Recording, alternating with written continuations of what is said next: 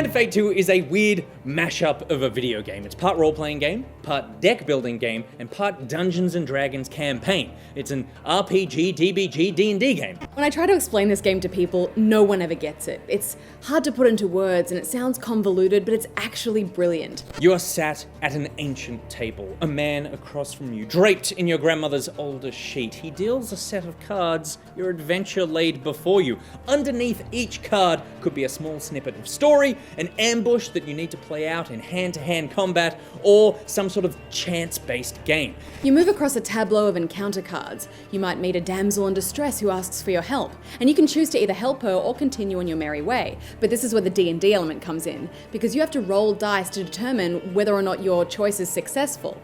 If you win, she might give you something like food or gold cards, but if you roll poorly, then she'll set a band of thugs on you, which triggers a real-time battle. The adventures in the game are really cool as well. In one, I was scaling a snowy mountain to visit a priestess at the top, and on the way I needed to collect 6 blessings, and so these blessings were scattered throughout the adventure underneath different cards. So it really encourages you to explore the whole thing and turn over all these cards to find those blessings. Of course, underneath some of those cards, there were also avalanches, and they were less of a blessing.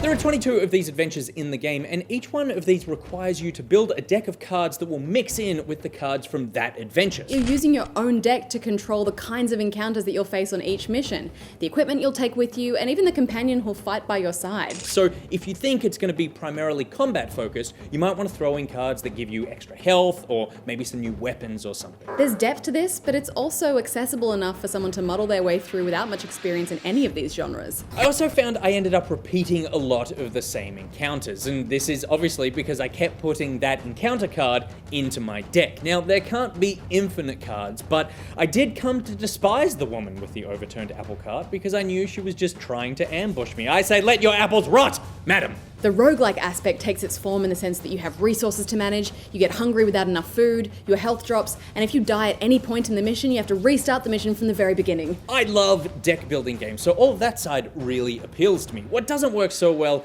is the combat. It's pretty slow and sluggish, and it's also just one note. It's like attack, attack, block, roll, attack again. It's trying to go for that Batman Arkham style combat where you're bouncing between enemies and it's really fluid. Unfortunately here, the fluid is like old jelly. It can be quite frustrating to replay an entire hand of cards, especially when you die right at the end of a 28 card dungeon. Well, it's enough to make me want to turn the Hand of Fate around and flip it the bird. For perspective though, Hand of Fate 2 is not a AAA game. It was made by Australian dev team Defiant Development. It's around $40 and it showcases this unique and original idea with tremendous visual style. I love it. It has its flaws, but they're easily overlooked because the game is so thrilling to play. What I never got sick of was the dealer. He's just as weird and unnerving as he was in the first game. It's a great mix of supportive and threatening. It's like your PE teacher in high school. Encouraging, but wants you to know he could break your neck. Hello, Mr. Rogers.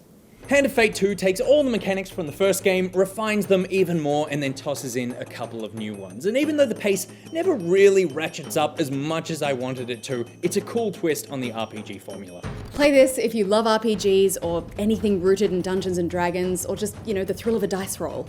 I can't recommend this enough. Play this if you want to play D&D but don't have friends who are into it, or if you feel like you just don't eyeball enough old dude. Hand of Fate 2 is a must play. Hand of Fate 2 is okay. It's a very cool okay.